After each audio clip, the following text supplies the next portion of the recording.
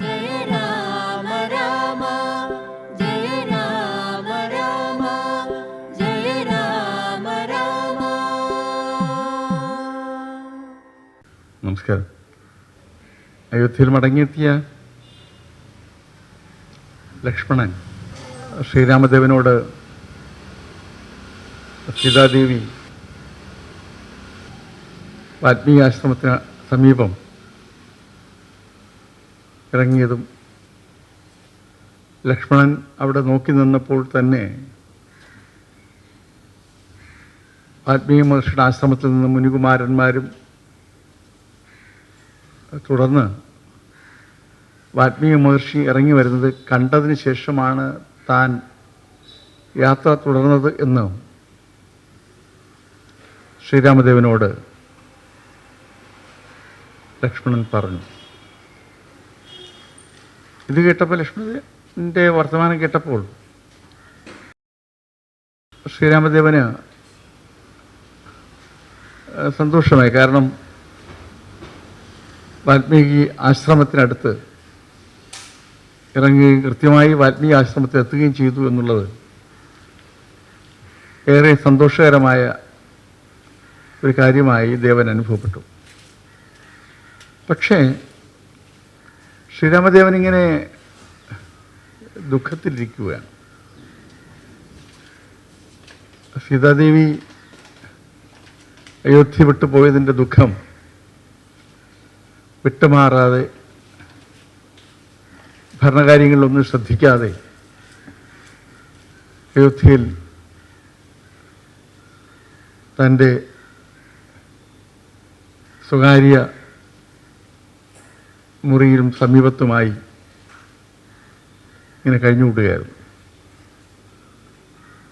അപ്പോഴാണ് ലക്ഷ്മണൻ ശ്രീരാമദേവനോട് ചോദിച്ചു,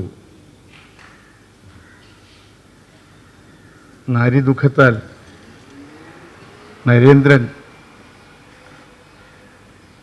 രാജ്യകാര്യങ്ങൾ ശ്രദ്ധിക്കാതെ ഇരിക്കുക എന്ന് പറയുന്നത് അക്ഷന്തവ്യമായ തെറ്റാണ്. അങ്ങ് തന്നെ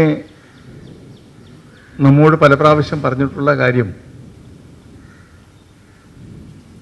നാം അങ്ങ് ഓർമ്മിപ്പിക്കുകയാണ്. അങ്ങ് പറഞ്ഞിട്ടില്ലേ, അച്ഛൻ, അമ്മ, ഭാര്യ, മക്കൾ, സഹോദരങ്ങൾ, അങ്ങനെ നമ്മുടെ വ്യക്തിപരമായുള്ള ബന്ധങ്ങളിലുള്ള ആൾക്കാരൊക്കെ തന്നെ ഓരോന്നോരോന്നായി അവരുടെ കർമ്മം കഴിഞ്ഞ് അവർ മടങ്ങിപ്പോകുമെന്ന്, നാം എല്ലാവരും മടങ്ങിപ്പോകേണ്ടവരാണ് എന്ന് അങ്ങ് എത്ര പ്രാവശ്യം പറഞ്ഞിട്ടുള്ളതാണ്. നമ്മോട് നേരിട്ട് തന്നെ പല അവസരങ്ങളിലും സൂചിപ്പിച്ചിട്ടുള്ളതാണ്. ഈ വിധം വ്യക്തിബന്ധങ്ങളെ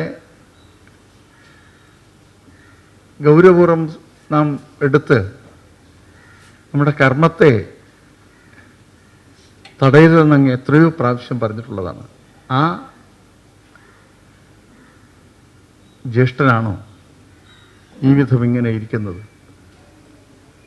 ഇത് തെറ്റല്ലേ? അങ്ങ് കർമ്മനിരതനാകേണ്ട ആളല്ലേ? അങ്ങ് എങ്ങനെയാണ് ഇരിക്കുന്നത്? ഭാര്യ കാട്ടിലേക്ക് പോയി എന്നുള്ളത് കൊണ്ട് അങ്ങ് ദുഃഖത്തോടുകൂടി രാജ്യഭരണത്തിലൊന്നും ശ്രദ്ധിക്കാതെ ഇരിക്കുന്നു എന്ന് സമൂഹമറിഞ്ഞാൽ, ജനമറിഞ്ഞാൽ, അയോധ്യവാസികളറിഞ്ഞാൽ സംഭവിക്കുന്നത് ഗുണകരമാണോ? ജ്യേഷ്ഠത്തിയമ്മ ദേവി തന്നെ പ്രകടിപ്പിച്ച ചിന്ത അയോധ്യയുടെ ഭരണം ശ്രേയസ്കരമായ നിലയിൽ ശ്രീരാമദേവൻ്റെ കാലത്ത് ഉണ്ടാകണം എന്നുള്ളതാണ്. ശ്രീരാമദേവൻ്റെ ഭരണകാലത്ത് ഏതെങ്കിലും നിലയിലുള്ള ഒരു കറുത്ത നിഴൽ പോലും ഭരണത്തിനുണ്ടാകരുത് എന്ന് ആണല്ലോ ദേവി ആഗ്രഹം പ്രകടിപ്പിച്ചത്. അതുകൊണ്ടാണല്ലോ ദേവി സ്വയം എടുത്ത തീരുമാനപ്രകാരം കാട്ടിലേക്ക് പോകാൻ തീരുമാനിച്ചത്. പക്ഷേ അങ്ങ് ഇങ്ങനെ ദുഃഖിതനായിരിക്കുന്നത് ഒട്ടും ശരിയായ കാര്യമല്ല. പ്രജകളെ മറന്നുള്ള രാജാവിൻ്റെ ഈ ഒരു പ്രവൃത്തി ഒരു നിലയിലും ന്യായീകരിക്കപ്പെടത്തില്ല.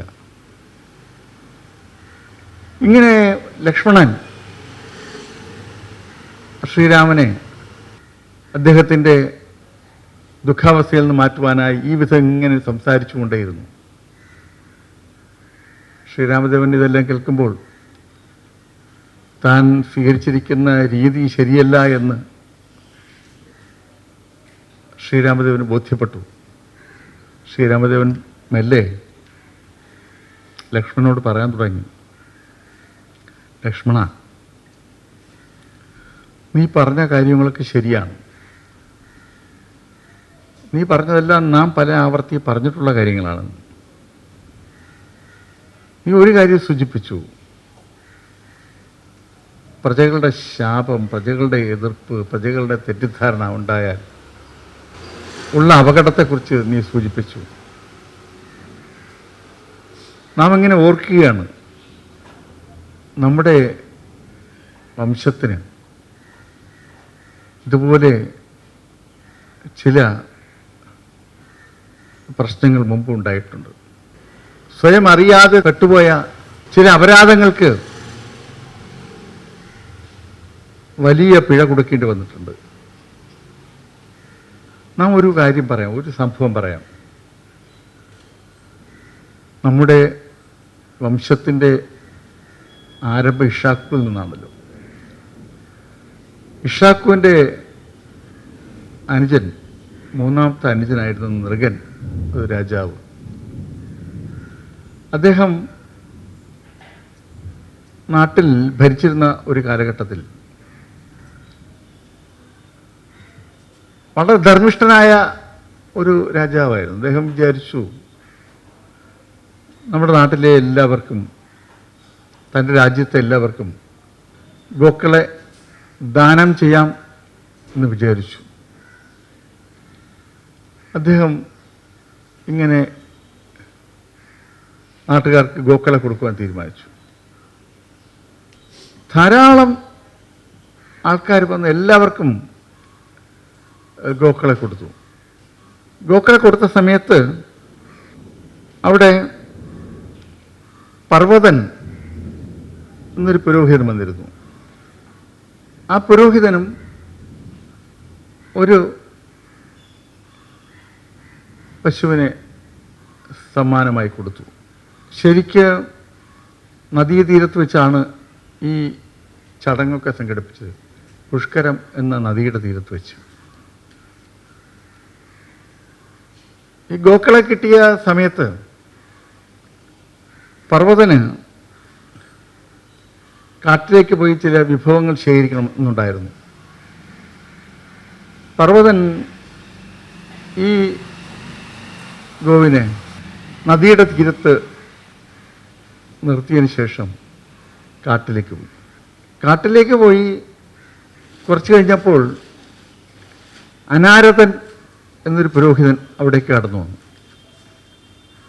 അപ്പോൾ ഗോക്കളെല്ലാം കൊടുത്തു കഴിഞ്ഞിരുന്നു. ഇന്ദ്രനോട് ഗോവിനെ ചോദിച്ചപ്പോൾ ഗോക്കളൊന്നുമില്ലാത്ത സാഹചര്യമായിരുന്നു. അപ്പം അനാരതൻ ഇങ്ങനെ കറങ്ങി വരുമ്പോൾ നദിയുടെ തീരത്ത് ഒരു പശു ഇങ്ങനെ നിൽപ്പുണ്ട്. അതിന് പ്രത്യേകിച്ച് ഉടമസ്ഥനൊന്നുമില്ല. അനാരതൻ ചെന്ന് നൃഗനോട് പറഞ്ഞു, അവിടെ പുഴയുടെ തീരത്ത് ഒരു പശു നിൽപ്പുണ്ട്, അത് നമുക്ക് കിട്ടിയാൽ കൊള്ളാമെന്ന്. നൃഗൻ ഇത് കേൾക്കേണ്ട താമസം, അങ്ങനെയോ എന്ന് ചോദിച്ചുകൊണ്ട് നേരിട്ട് ഇറങ്ങി വന്ന് അനാരദന് ഈ ഗോവിനെ ദാനമായി നൃഗൻ നൽകി. ശരിക്കും ഇതേ ഗോവിനെയാണ് നേരത്തെ പർവ്വതന് നൽകിയത്. പർവ്വതന് നൽകിയ ആ ഗോവ് തന്നെ അനാരദനും നൽകപ്പെട്ടു.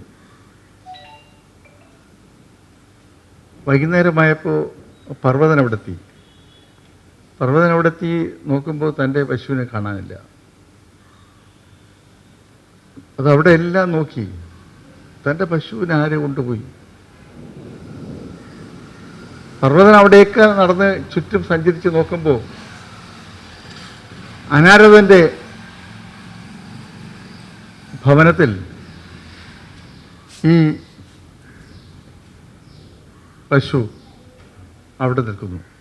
പർവ്വതൻ അനാരദനോട് പറഞ്ഞു, ഇത് എനിക്ക് ദാനമായി ലഭിച്ച പശുവാണ്, നിങ്ങളിത് മോഷ്ടിച്ചെടുത്തു. അനാരദൻ ഒരു പുരോഹിതനാണ്, പർവ്വതനെപ്പോലെ തന്നെ.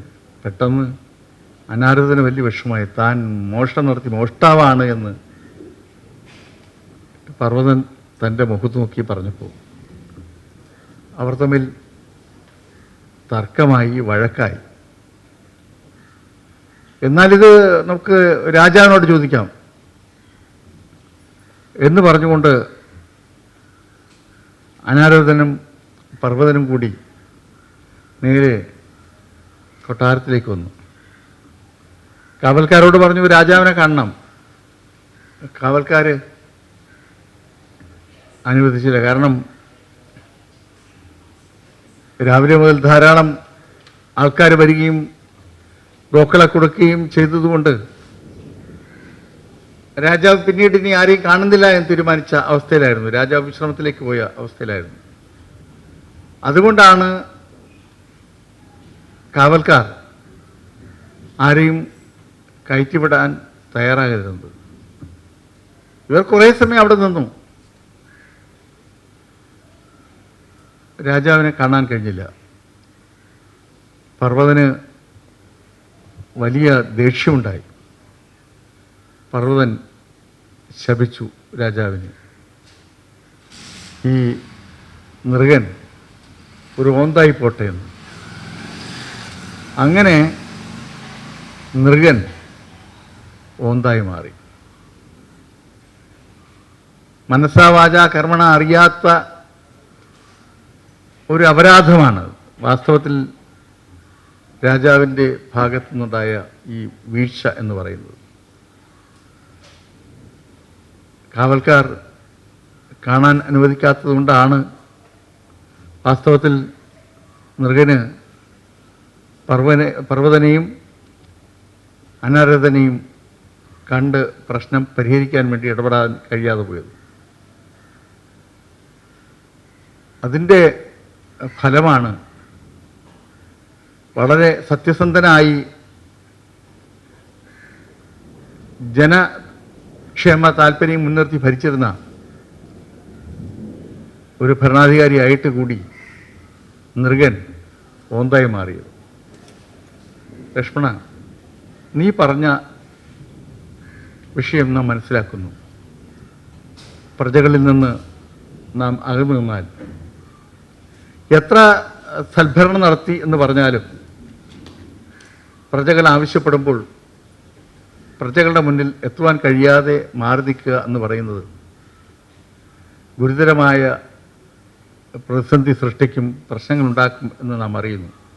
നീ നമ്മുടെ ദുഃഖമകറ്റുന്നതിന് വേണ്ടി ആണെങ്കിൽ പോലും ഈ പറഞ്ഞ കാര്യങ്ങളൊക്കെ ഏറെ ഗൗരവമുള്ളതാണ്.